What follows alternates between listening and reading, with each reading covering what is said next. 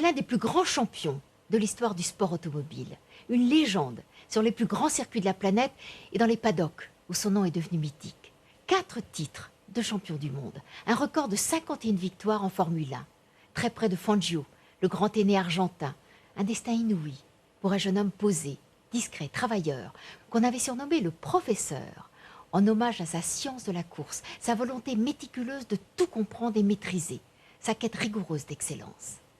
Alain Prost n'est pas un fantaisiste, encore moins un hâbleur, un provocateur ou un mégalo.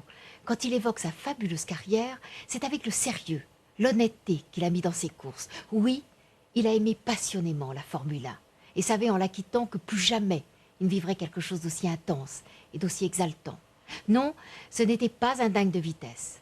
Les accidents qui ont coûté la vie à plusieurs de ses camarades, ainsi que son statut de père de famille, l'ont toujours empêché de prendre tous les risques. Oui, la compétition avec Ayrton Senna fut féroce, sauvage, éprouvante, avant que la rivalité fasse place à un début d'amitié, peu de temps avant la mort tragique du Brésilien. Oui, enfin, un champion a besoin d'être aimé. Et le pilote français, qui, vous le verrez, a gardé la même silhouette et le même regard un peu triste, nous confie son regret de n'avoir jamais pu dissiper un certain malentendu entre lui, les médias et le public. Il est resté méconnu, pense-t-il. Il le sera un peu moins après ce joli film.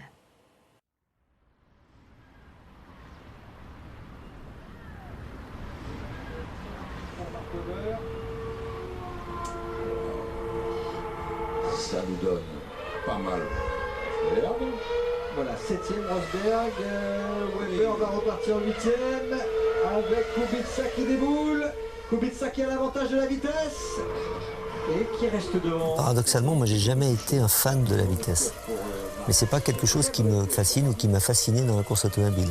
Ce qui est fascinant, c'est de pouvoir passer la courbe à 300 à l'heure en toute sécurité, parce qu'on a bien appréhendé tous les problèmes, qu'ils soient techniques, humains, avant. Et j'étais peut-être d'ailleurs un des seuls à raisonner dans ce sens-là.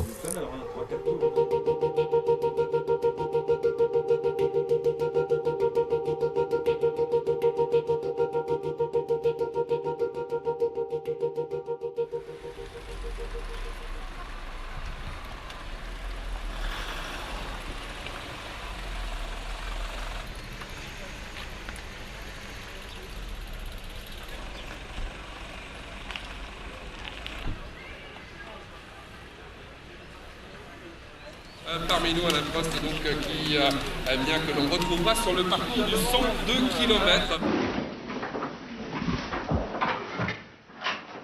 Alors Alain, c'est votre chambre de jeune homme? Oui, j'étais encore il n'y a pas longtemps, à peu près 2 ans. C'est d'ailleurs moi qui l'ai refaite dernièrement. Je pensais y habiter plus longtemps et puis bon, j'ai changé. Alors, toutes ces coupes que l'on voit sur ce meuble-là, ce sont celles que vous avez gagnées en kart. Oui, ça c'est toutes les coupes de karting. Il y en a d'ailleurs ailleurs, il y en a à peu près une centaine. C'est toutes mes victoires, mes trophées. Il n'y a pas que des victoires bien sûr, mais c'est des bons souvenirs parce qu'en karting, on gagne que des coupes. Et des coupes, j'en ai quelques-unes, mais j'ai donné 90% de toutes mes coupes. Donc si tu veux, je regardais, tu vois, un peu ce que j'ai. Moi, je disais, je me rappelle même plus tellement. Il faut que je regarde ce que c'est. J'en ai un peu dans mon placard, mais j'en ai très peu. Ça, celui-là, je pense que je pourrais plus le mettre aujourd'hui, tellement je suis devenu claustro. Comme ça, où on le fermait là, comme ça. Voilà. Et je sais même pas d'ailleurs si ce serait homologué encore aujourd'hui. Et c'est là où on voit aussi l'évolution du matériel à tous les niveaux. Voilà. Combinaison, c'était pareil, on a gagné 1 kilo sur une combinaison. Là, c'est un casque qui, ouais, je sais pas combien il fait, mais en tout cas, au moins le double de ce qui se fait. Il fallait le tenir. C'est pour ça qu'on avait des coups, incroyables, quoi. Moi, je faisais faire mes chemises sur mesure. Ma taille, c'est à peu près 37 en chemise, et je prenais les coups, c'était 41. Des moments, je me demande si c'est moi. Voilà. Mais bon, je me demande si c'est moi qui fais ça. Putain, ça paraît complètement incroyable. Tellement j'ai pas été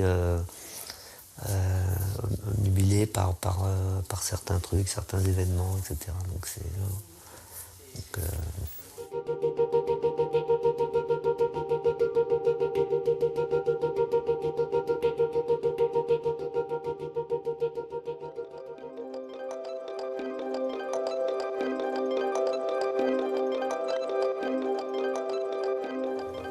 Toute mon enfance, elle a été axée sur deux choses. D'abord le sport, parce que et le football en priorité. C'était vraiment ma passion, c'était vraiment mon truc. Mais bon, j'élargis un peu sur le sport parce que j'ai toujours été motivé par le sport en général, par l'effort. Et donc je suis rentré à l'école de football à l'âge de 8 ans. Mais en même temps, j'ai connu au travers de mon frère qui avait une passion pour l'automobile et la moto, pour les sports mécaniques, enfin deux choses complètement différentes. Lui était plutôt motivé par ça, moi par le sport, lui vraiment par les moteurs, par le bruit, par la vitesse. Et la vitesse, c'était vraiment un truc incroyable pour lui. C'est-à-dire qu'il avait une mobilette et bon, il sortait de l'école à midi. Je me rappellerai toujours de ma mère derrière la fenêtre. Et à midi 5, midi 6, s'il n'était pas là, c'était carrément la main sur le téléphone en train d'appeler la police ou les pompiers pour voir s'il n'avait pas eu un accident, quoi. C'était absolument ahurissant cette recherche de vitesse, de risque, alors que moi, ça ne me motivait pas vraiment, même pas du tout, quoi.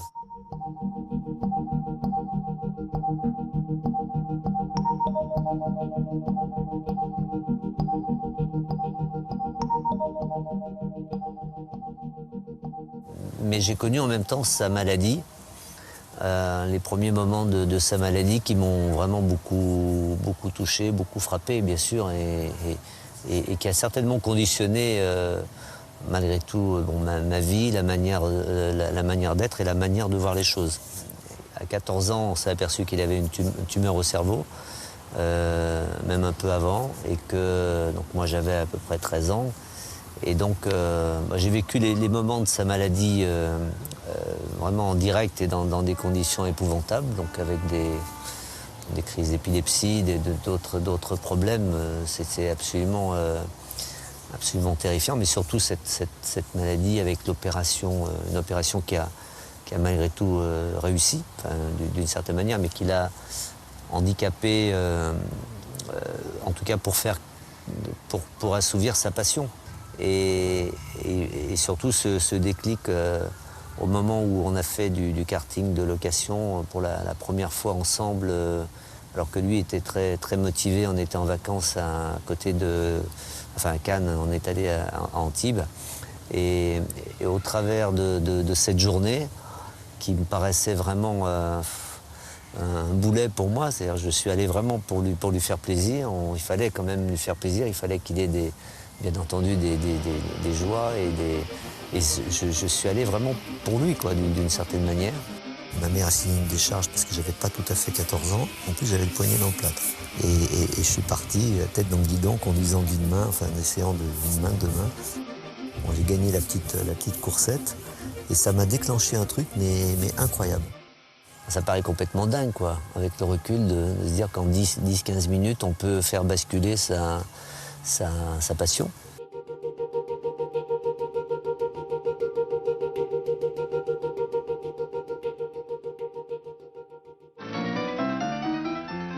Le kart a ce site particulier qu'il reproduit à plus petite échelle, bien sûr, le comportement d'une Formule 1. Les sensations y sont assez voisines.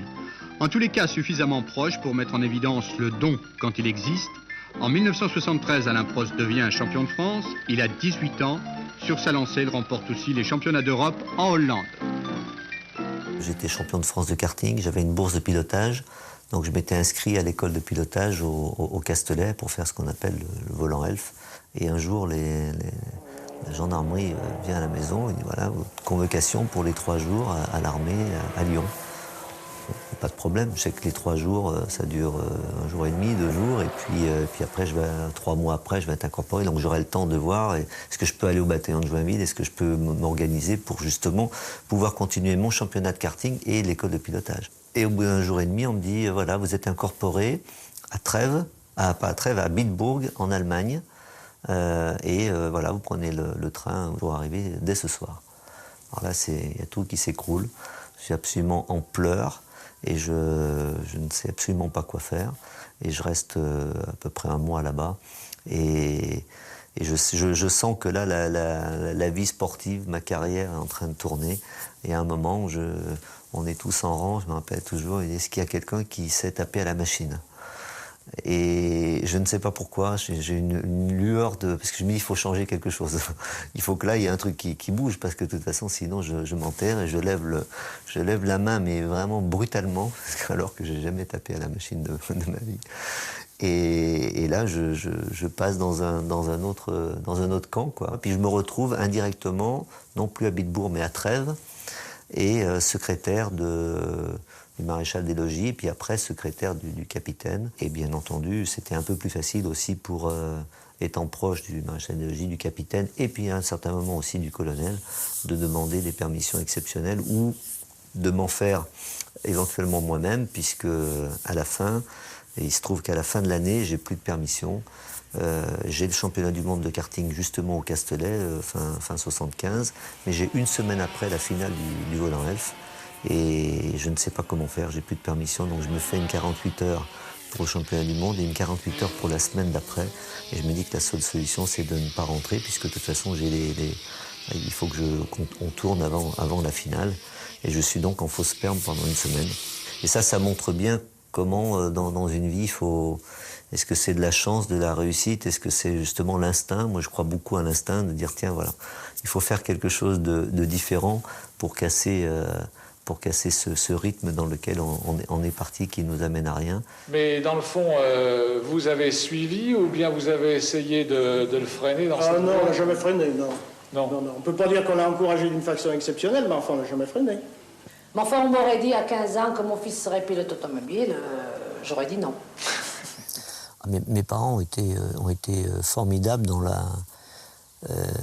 la gestion de ma carrière, dans l'aide qu'ils m'ont donnée, en faisant peu, mais en faisant bien. Il y a toujours eu un soutien sans le côté fan, perturbateur, manager, entre guillemets, que je vois aujourd'hui partout dans le sport. Et alors, ça m'a rendu un peu solitaire. J'ai fait les choses tout seul. Je détestais d'ailleurs quand les gens venaient me voir, enfin très proche. Je préférais être tout seul. Mais en fin de compte, ça m'a permis de m'organiser, de voir les choses différemment. Alors mon père venait à Monaco. Il a dû venir, pratiquement tout le temps à Monaco, mais peut-être pas toutes les années. Personne ne le connaissait. Et son plaisir, c'était de se promener dans le paddock ou dans les stands et d'écouter ce que les gens disaient. Et comme personne ne le connaissait, après, il venait me répéter ce qui se disait, ce qui était toujours très intéressant.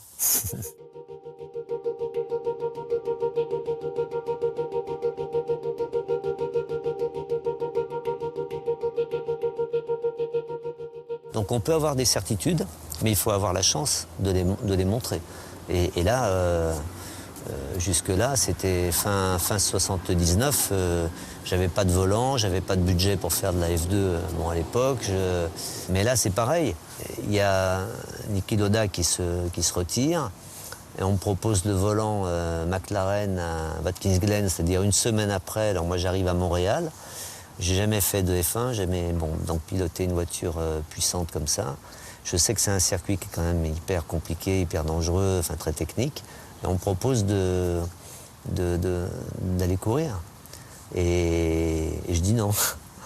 Alors, on lui a proposé tout de suite de faire une course sur place, puisqu'ils étaient à Watkins Glen, oui. Et il a refusé parce qu'il a dit, moi, je n'ai jamais piloté encore une Formule 1, je vais me rendre ridicule et je ne ferai rien du tout. Si vous voulez, on remet ça plus tard au Castellet pour faire des essais. Il y a plusieurs fois, je me suis dit, peut-être que j'ai fait une connerie, etc. Donc, mais en tout cas, sur le moment, pour moi, la meilleure chose à faire, c'était ça.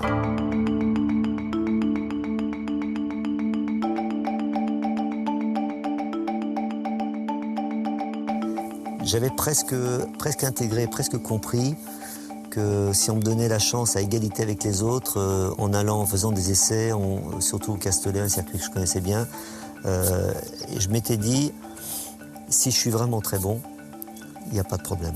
Si je ne suis pas bon, je ferai autre chose. J'avais intégré ça, et en me disant que, de notre côté, qu'il n'y avait aucune raison que ça ne marche pas. premier contact avec la voiture, il est absolument incroyable, parce qu'on ne sait pas. On ne sait pas du tout ce qui va se passer. On ne sait pas. On monte dans l'auto, c'est pareil, il y a un volant, des pédales, machin, on a fait sa position, on est pas mal, etc. Bon, le circuit, je connaissais bien. Donc ça, c'était vraiment l'avantage que je voulais absolument avoir, c'est au moins de ne pas avoir ce paramètre circuit à laisser à côté. Et là, quand on commence à mettre la première, deuxième, troisième, donc on sait qu'il faut faire chauffer un peu les pneus. Et vraiment, c'est un souvenir comme si c'était, ça restera toujours gravé dans ma mémoire, parce que c'est, j'accélère mais vraiment doucement, je prends un peu la connaissance de la voiture, les freins, de la puissance, et je fais un tour, 2 tours, 3 tours de plus en plus vite. Et là, quand je sens que c'est à peu près chaud, que je commence à accélérer. Et je crois au 4e, 5e tour, je me suis dit à fond de moi-même, gagner.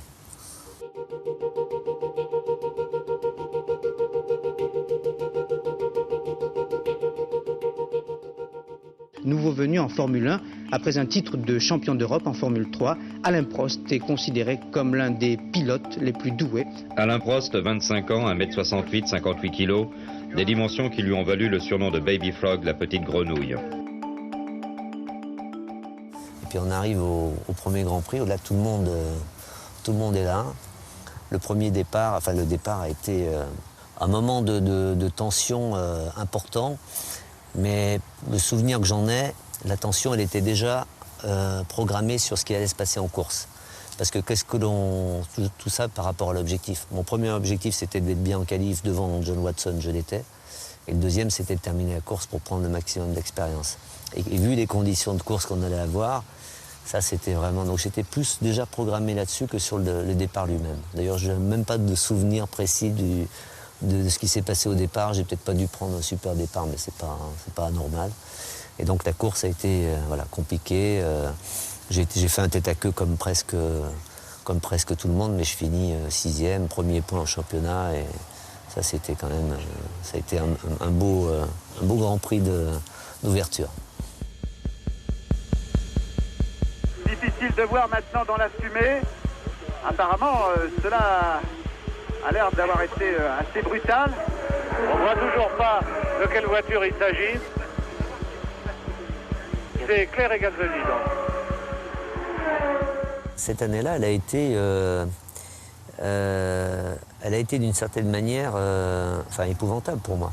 C'est la première fois où je vis l'accident, indirectement, mais très brutalement. Mais Clay, ça a été vraiment un premier choc pour moi.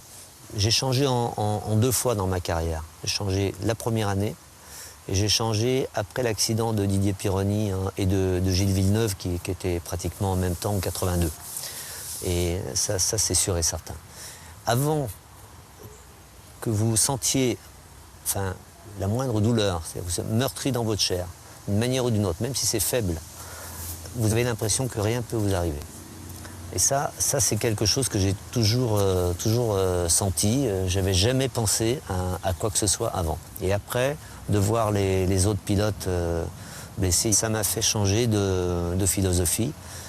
En même temps, il y a toujours eu l'image de mon frère à côté, qui était malade, qui n'était pas bien, ça n'avait rien à voir. Mais il y avait toujours en même temps un peu une relation de santé, de douleur, c'était très très important et toujours très présent avec moi.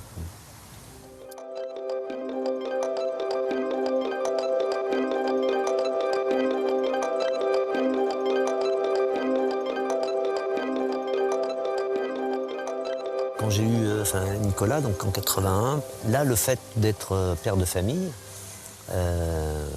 dans ces moments-là, vous fait réfléchir et voir les choses d'une manière très différente. Je me suis vraiment posé la question en 82, le jour de l'accident, quand je suis rentré dans le motorhome. Je me suis assis avec Gérard Larousse, qui était le directeur de l'équipe à l'époque, et lui dire, moi, si la course c'est ça, je ne prendrai plus de risques, au moins, ceux que je peux maîtriser moi-même. Je m'en suis jamais caché. Peut-être pas trop crier sous les toits, parce que là, c'est comme un pilote avec des lunettes, quoi. Je veux dire, à l'époque, vous êtes catalogué, puis Mais bon, mon comportement a toujours montré que voilà, je ne voulais pas en faire plus que ce qu'il fallait, quoi.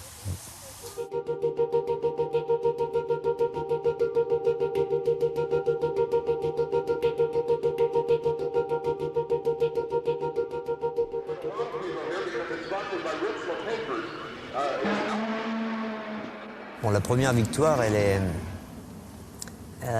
il faut presque rechercher dans les souvenirs, parce que je ne sais pas pourquoi, paradoxalement, c'est pas le moment qui est le plus ancré dans les souvenirs. Peut-être que c'est le moment de délivrance, c'est-à-dire que c'est plus un moment de délivrance, plus comme une étape, enfin, j'en suis même persuadé, plus que comme un aboutissement qui fait que c'était une joie incroyable. C'est vraiment perdre sa virginité, quoi, d'une certaine manière. Après cette victoire-là, quand on est sur une grille de départ, et ça c'est quelque chose d'important pour un pilote, pour la confiance, c'est que même si qu'on soit premier ou qu'on soit 9e ou 10e, on a déjà gagné, donc on peut gagner. On a l'impression qu'on peut gagner, alors qu'avant, on a l'impression qu'on ne peut pas gagner. Donc je gagne 3 courses, avec peut-être un peu plus de motivation, un peu plus de confiance. On n'était pas si loin de pouvoir être champion du monde dès la première année. En 82, il y a eu cet épisode avec René Arnoux et l'écurie Renault au Castellet, où il y avait une consigne d'équipe donnée par le président de Renault à l'époque, c'était Bernard Anon, Gérard Larousse qui était le directeur général. Et donc ils avaient pris la décision, compte tenu que j'étais en tête du championnat, de privilégier un petit peu René au niveau moteur, pour pouvoir être un peu le lièvre par rapport au Brabham qui à l'époque était un peu les épouvantails, mais manquait un peu de fiabilité. Donc il y a cette consigne d'équipe, et en disant, ben voilà, tu as une meilleure voiture, un meilleur moteur, mais si vous êtes premier et deuxième, c'est Alain qui doit gagner. Et les choses se passent exactement comme on l'avait prédit. Les 2 Brabham cassent, René se retrouve en tête, et on est premier, deuxième, on lui passe un panneau.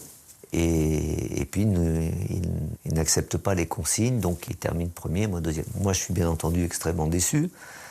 Déçu parce que bon, c'est quand même une position au championnat. La preuve, c'est qu'on le perdra pour très peu à la fin de l'année. Mais surtout parce qu'il y a ce comportement qui, en fin de compte, voilà, donner les consignes. Moi, je fais un peu la tête. Et c'est moi qui passe pour le mauvais perdant.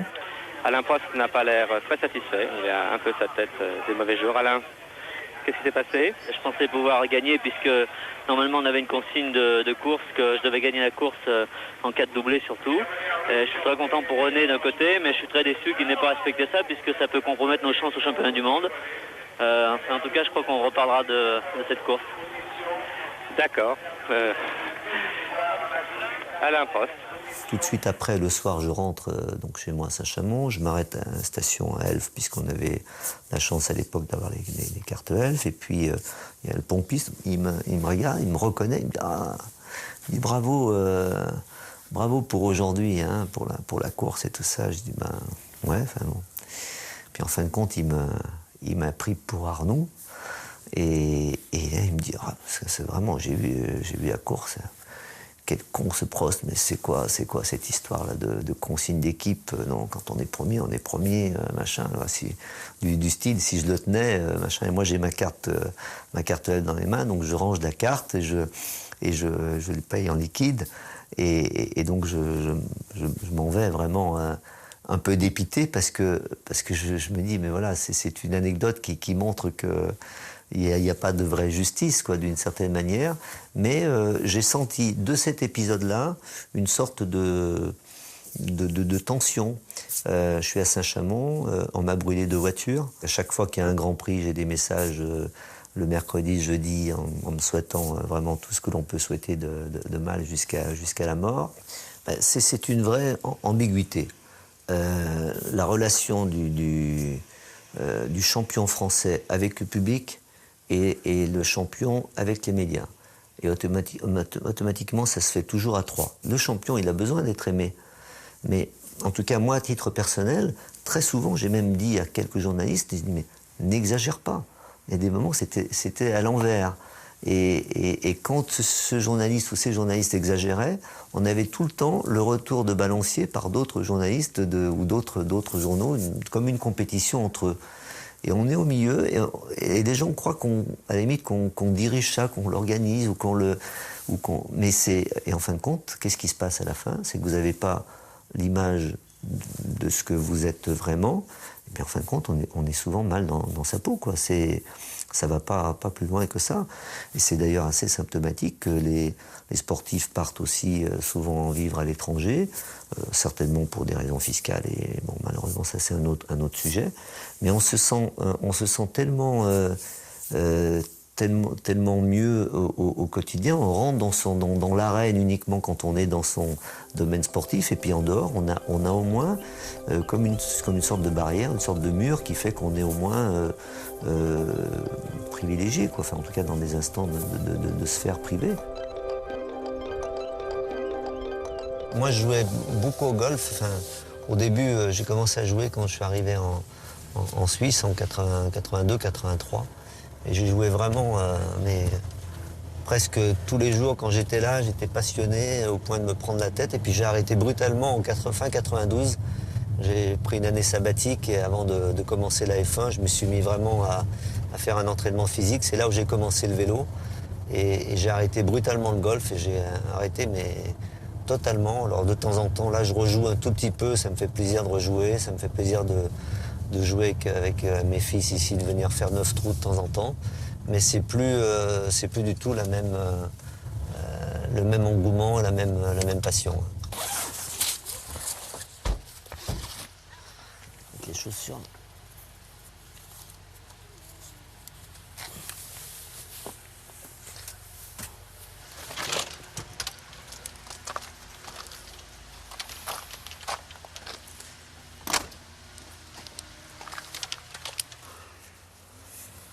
Tu joues avec ton grand-père?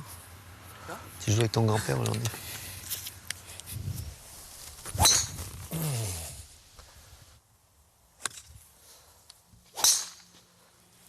C'est très rare pour moi de faire ça, quoi, d'ouvrir un peu. J'ai jamais voulu le faire.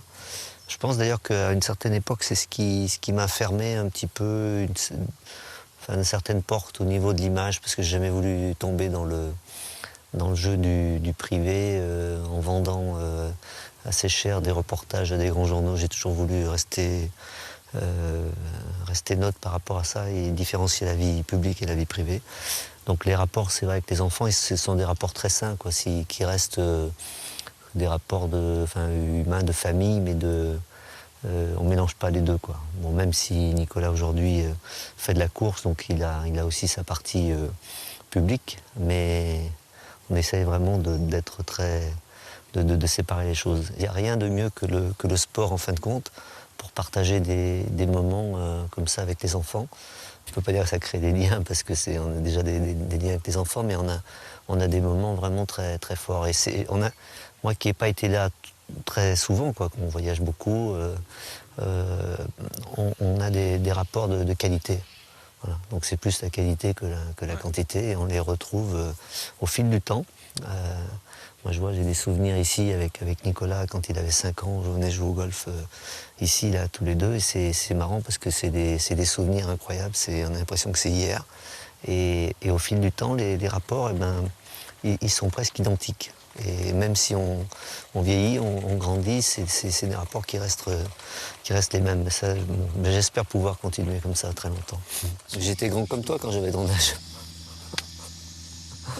Ça s'est dégradé après, je sais pas pourquoi. Ouais. J'ai eu une crise d'adolescence terrible. Mais la valeur qui vient aussi, qui est très importante pour moi, c'est la simplicité. D'une certaine manière, il faut rester simple. Bon, ces bonheurs-là, regardez, voilà. Moi, sincèrement, quand je suis ici, tous les jours, je regarde ça. Et tous les jours, ça suffit presque à mon bonheur, parce qu'on est des privilégiés, on est des nantis. Et il faut que, déjà, eux, ils comprennent ça, et je pense qu'ils l'ont très très bien compris depuis longtemps. Après, bon, des valeurs de travail, de courage, de persévérance, de machin, je pense que ça, c'est un peu différent. Mais quand on est simple, déjà, on on a gagné beaucoup de choses. Savoir d'où on vient, ce qu'on a fait, là où on est. Voilà, on profite, mais on n'a pas non plus on fait pas des trucs de dingue, quoi. Voilà, et les bonheurs et les plaisirs, ils sont souvent dans la simplicité.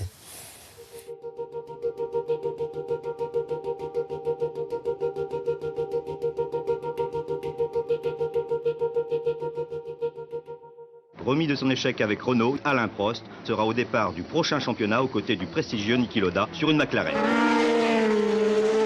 Alain Prost attendu, encouragé, regardé par des millions de téléspectateurs français dans le monde entier. Mesdames, Mesdemoiselles, Messieurs, pour la première fois dans l'histoire du sport automobile français, Alain Prost devient champion du monde. Bon, déjà, j'avais raté de très peu en 81, en 82, en 83, en 84. Donc déjà, la première chose, c'est que tout le monde disait, enfin, notamment les médias, bien sûr, il sera jamais champion du monde. Donc bon, le fait d'être champion du monde, c'est sûr que c'est un but, c'est un challenge, mais c'est pas un aboutissement.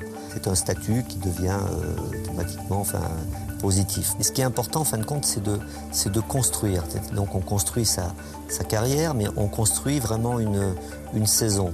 Bon, c'est pas parce que je suis champion du monde que je vais me démotiver. Ce que j'aime, c'est vivre l'aventure, rester au top, être performant. Et puis après, bon ben voilà, 86, mon deuxième championnat qui a été certainement le plus beau, parce que la voiture était en dessous des autres. C'est certainement l'année où la voiture n'était pas au niveau pour être champion du monde, et j'ai été champion du monde.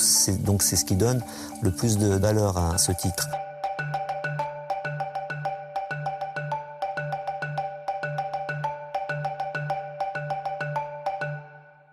McLaren, il faut quand même comprendre que c'était mon écurie. Il y a eu une période, c'était cette période où on discutait d'avoir des parts dans l'écurie.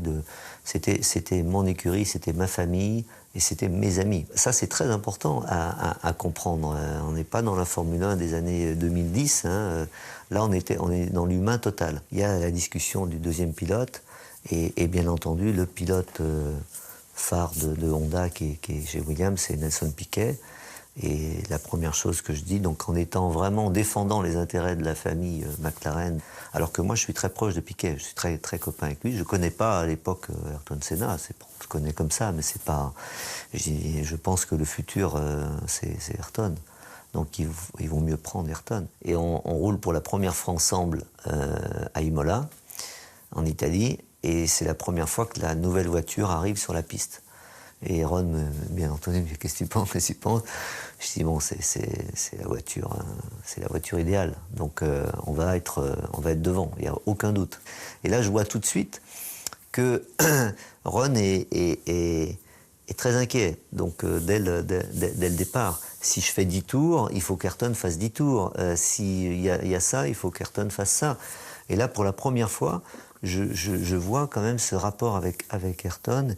Je me dis, tiens, ça va être... Je suis plus chez moi, quoi. Voilà. Je suis plus chez moi. Et donc, voilà, il faut s'adapter à une nouvelle donne. On est deux coqs dans le poulailler et c'est pas facile à gérer.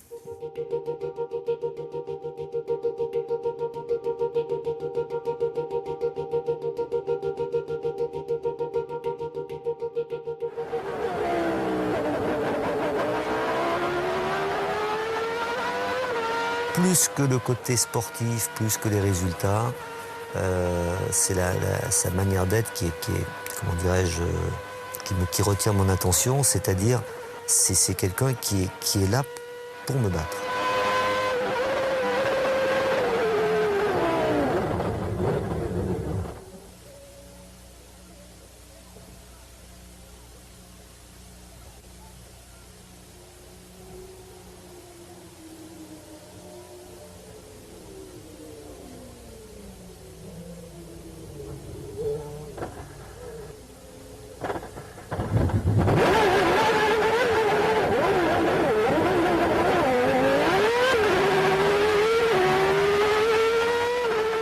Senna est donc premier au Japon, mais disqualifié.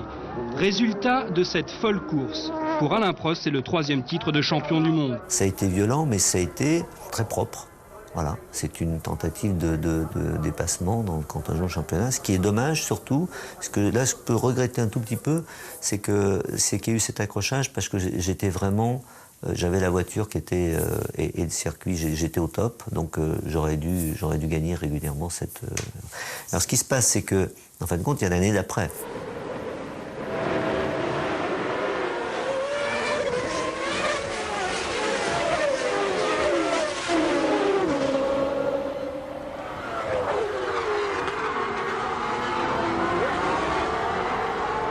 Et là, je n'avais qu'une envie, c'était de prendre le casque et de l'assommer. Je vois les spectateurs, je vois les caméras, je me dis non, il faut que je... C'était un moment incroyable. J'ai vraiment failli tout arrêter à ce moment-là. Failli vraiment tout arrêter. Et ça a été épouvantable pour vraiment, parce que je perds un championnat quand même avec Ferrari, c'est quand même pas rien. Mais en réalité, cette manœuvre, elle explique comment Ayrton était dans une partie de son caractère. En fin de compte, il avait ses règles et surtout il avait sa justice. C'était compliqué quand même, hein. C'est très spécial. Mais cette démarche, rester à fond, je ne sais pas combien on était, mais pas loin de 200 déjà, donc, parce que c'était après le départ. Il faut déjà être sûr qu'on ne va pas se faire mal, ou il ne faut pas avoir peur qu'on ne se faire mal. Donc c'est une démarche que je n'ai jamais vue, qu'on n'a jamais revue, qu'on ne verra peut-être même jamais, parce que voilà, il faut avoir une certaine croyance, on va dire, entre guillemets, pour faire ce genre de choses. D'autres pilotes, on sait jusqu'où ils peuvent aller. Et c'est vrai qu'on voit le style des pilotes, on voit leur caractère, on voit qu'il y en a qui peuvent être même dangereux sans même le faire exprès. D'autres, on sait qu'ils sont durs, ils sont durs à dépasser, etc. Ayrton, moi je me posais des questions, jusqu'où il peut aller. On sentait qu'il y avait bien sûr cette volonté d'être le meilleur, d'être champion du monde, ça c'est tout à fait logique, mais qu'il y avait un truc en plus pour moi. Ce qui était d'une certaine manière tout à mon honneur, mais bon, c'était pas facile pour moi parce que ça pouvait aller très loin. À un moment, on peut dire, mais c'est quoi, ça peut être de la haine, est-ce que c'est de... alors c'est vrai qu'on ne vient pas de pays, d'une culture différente, même de... couche sociale différente, était quand même assez aisée. Je veux dire, il y a pas mal de choses tellement différentes qu'on se dit, bon, voilà, c'est peut-être un choc de génération, choc de culture, etc. Non, je pense que c'était beaucoup plus facile et beaucoup plus sain que ça, quoi. Il me considérait comme le meilleur pilote actuel, il fallait qu'il le batte, mais pas, il voulait pas ce qui m'a toujours un peu dérangé, c'est que il fallait qu'il me détruise un petit peu en même temps. Voilà. C'était pas le côté sportif, ça allait un petit peu plus loin que ça. Voilà.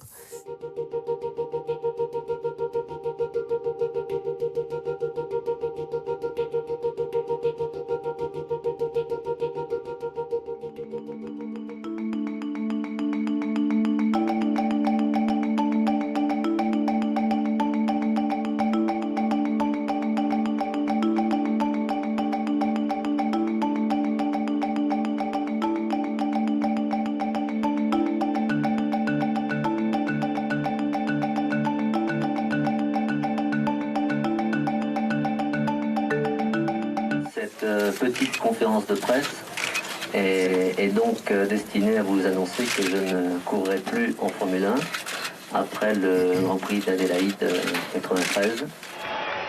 En fin 93, il se passe des choses absolument incroyables. Je suis champion au Portugal, il reste le Grand Prix du Japon et d'Australie.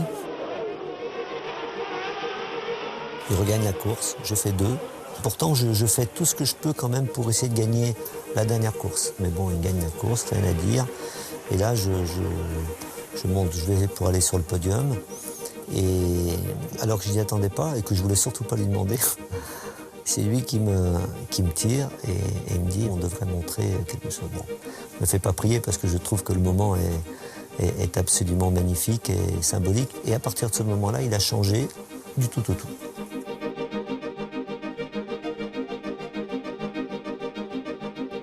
Il est en train de perdre ses repères en l'espace de quelques secondes alors qu'il vient de gagner la course. Et puis après, pendant l'hiver, ça a été des contacts permanent, pas tous les jours. On passe d'un mec extrêmement solide, costaud, mystique, on a l'impression que rien peut l'atteindre, complètement dans sa bulle, avec quelqu'un qui, voilà, il y a tout qui est explosé autour, et on le voit comme jamais on aurait pu l'imaginer.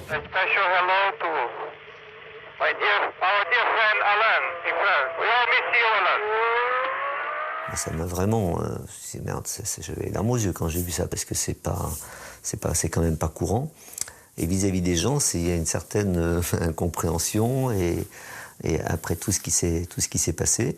Mais le dimanche surtout, je l'ai vu, mais dans un état où je ne l'ai jamais vu. D'abord, il n'avait pas du tout la même tête. Il n'avait pas la tête de quelqu'un de conquérant, quelqu'un de confiant. Et là, je suis en train de déjeuner au motorhome Renault. Moi, je suis complètement au fond, et il vient vers moi, et il vient me parler ce que personne ne fait, en tout cas surtout pas lui, c'est-à-dire d'être d'une certaine manière un peu déconcentré, de ne pas être dans son truc. Normalement, on va du motorhome au garage, on se met dans la bulle, il y a toujours les derniers préparatifs, etc. Non, il vient me parler. Je me rappelle même plus tellement les termes, parce que c'était tellement banal, on sentait qu'il avait besoin de... Et tout le monde d'ailleurs est estomaqué, tout le monde me dit mais c'est incroyable quoi, parce que et c'est vrai que ça c'était pas lui. Et là après le déjeuner, donc c'est moi qui parle, et là je vais dans son garage, il est en train de faire des étirements, et là on passe 5-10 minutes ensemble à parler. Il est pas bien, donc il est... La première fois qu'il parlait de risque, de peur, jamais. Donc je me suis dit, mais c'est même plus un pilote de F1, quoi. C'est plus le même pilote de F1 que j'ai connu.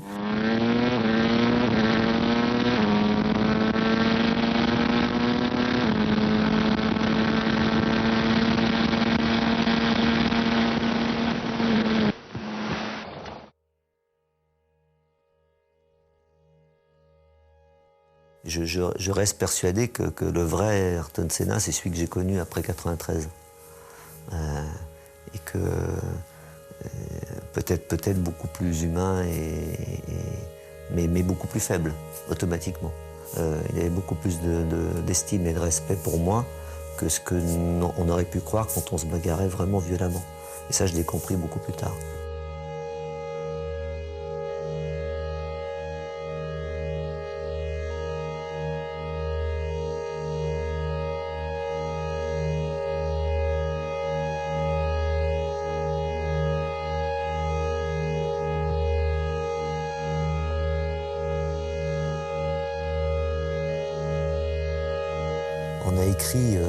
On a écrit une histoire ensemble. Aujourd'hui, vous ne parlez pas de Prost sans Senna ou de Senna sans Prost. Et c'est pour ça, je pense qu'il y a aussi une certaine nostalgie de cette période, quoi. On a écrit voilà, une histoire de la F1 qu'on ne reverra peut-être plus jamais.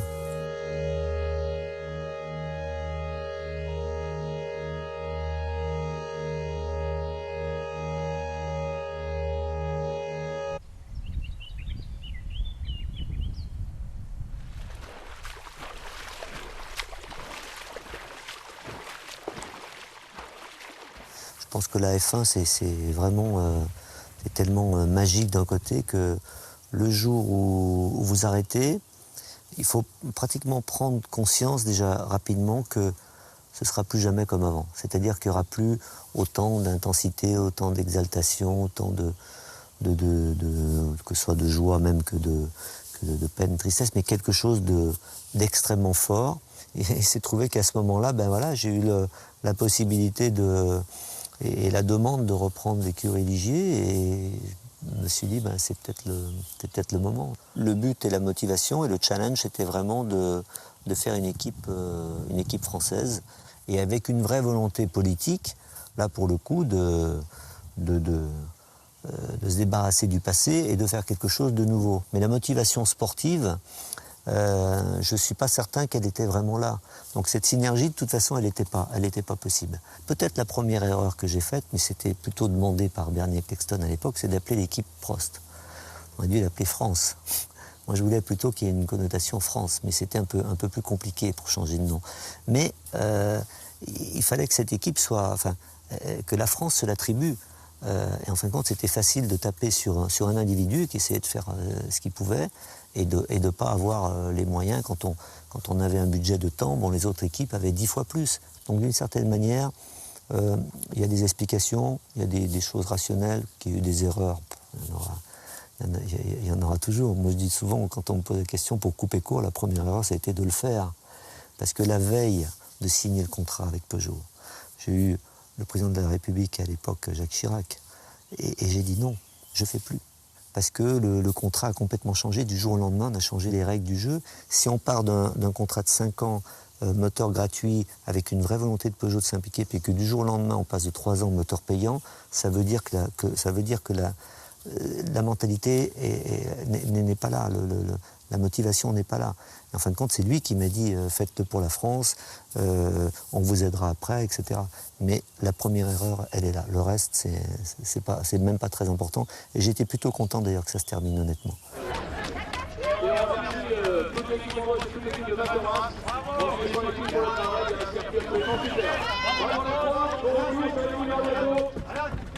Et le Trophée Andros, ça représente une place assez importante, même si c'est que 2 mois de compétition dans la vie, c'est quand même un programme sportif, un challenge, un but de l'année. C'était pas quelque chose que j'avais prévu, programmé, c'est pas vraiment une reconversion. Je me prends pas vraiment, enfin, je fais ça très sérieusement, mais je me prends pas au sérieux en faisant ça. C'est plus c'est comme une expérience. Moi, je trouve que la vie, en tout cas, c'est comme ça que je la conçois, c'est une succession d'événements comme ça ou d'expériences que vous devez choisir de faire ou pas quand vous en avez l'opportunité. Moi, j'ai fait ça complètement par hasard. Et je me suis dit, ben voilà, en fin de compte, c'est peut-être un challenge sympa, quelque chose qui n'était pas prévu, et puis une discipline pour laquelle normalement je ne suis pas fait pour. Parce que mon style de pilotage, même, pas la manière d'appréhender les choses, le réglage des voitures, le travail dans l'équipe, etc. Ça c'est le côté très positif. Mais plus sur la conduite, c'est quelque chose qui est complètement opposé, presque antinomique de ce que j'ai fait pendant des années en circuit avec une Formule 1. Et mon style, en plus, en F1, était déjà un peu atypique, très coulé, très pur. Ça, c'est pas quelque chose que j'ai non plus, je l'ai travaillé, mais bon, c'est un peu, voilà, c'est presque naturel. Et je me suis dit, ben voilà, c'est peut-être un truc que j'aimerais essayer de faire, de tenter, pour essayer de devenir un des spécialistes de la glace, alors que je suis pas fait pour ça. Bravo, là. Bravo. Bravo.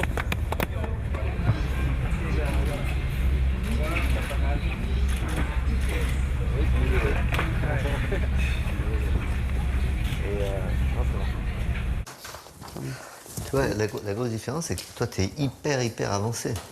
Ouais.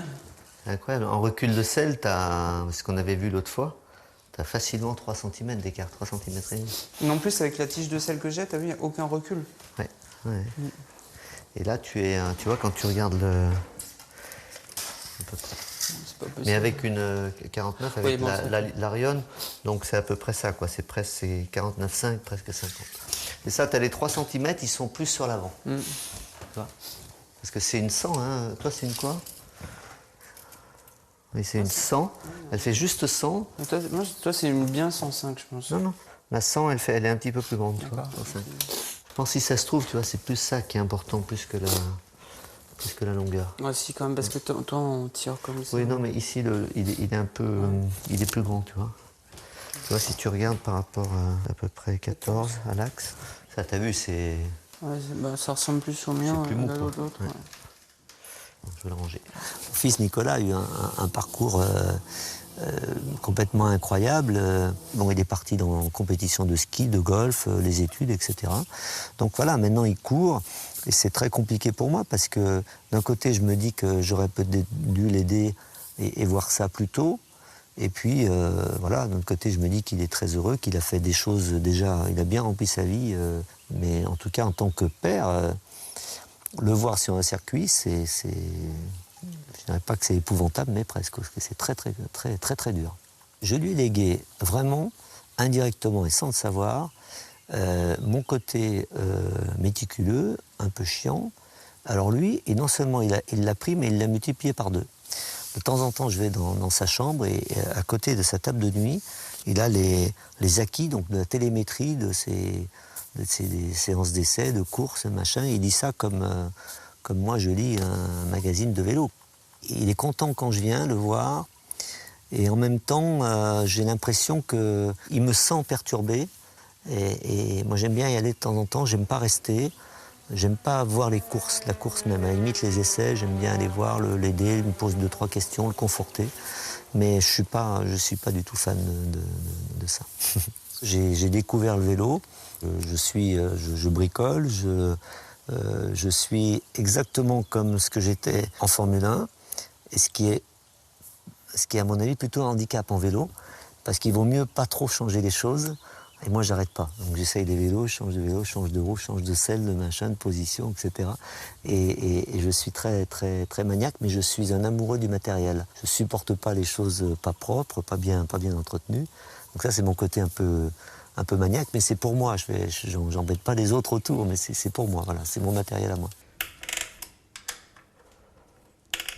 Moi, mon regret, si j'ai un regret, mais parce que c'est un regret complètement idiot, puisque c'est absolument utopique, c'est de ne pas avoir pu faire, par exemple, une carrière de golfeur professionnel, une carrière de footballeur professionnel, une carrière de tennisman professionnel, et une carrière de cycliste professionnel. Il y a 4, 5, 6 sports comme ça, où j'aurais aimé être professionnel dans ces domaines-là. Voilà, ça c'est utopique, mais donc on peut trouver des biais différents après quand on vieillit.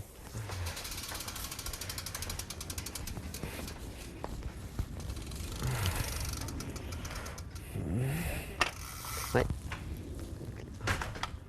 De temps en temps, je me dis si j'avais été le même champion, le même palmarès en étant sud-américain ou américain ou même allemand ou peut-être italien, et encore c'est pas si facile en Italie, et ça se rapproche peut-être un peu plus de la France. Et bon, sincèrement, on peut pas tout changer. Je veux dire, ça fait 17 ans que j'ai arrêté de courir, les gens me reconnaissent encore dans la rue et je pense m'estiment donc pour ce que j'ai été. On peut pas. Il y aura toujours ce truc par rapport aux médias qui ont fait que voilà, il y a comme une sorte de malaise, et peut-être que ce sera ma grande force de le laisser aussi un peu inexpliqué ou sans vouloir trop rentrer dans le détail. Je pense que c'est plus possible aujourd'hui. C'est pas possible.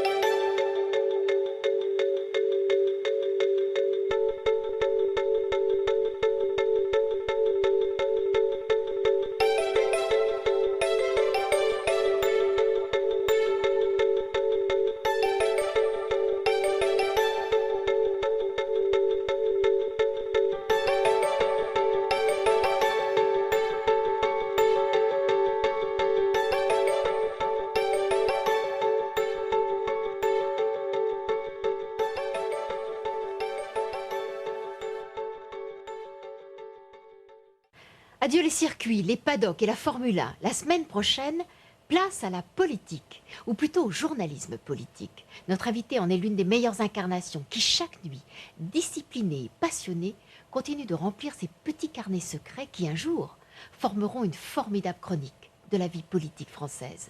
Le pouvoir la fascine, qu'elle tutoie, observe, confesse, analyse. Elle a formé des générations de journalistes qui l'ont côtoyée à la radio, à la télévision et dans de nombreux titres de presse écrite. Elle est bosseuse, rieuse, formidablement naturelle et libre. C'est Michel Cotta.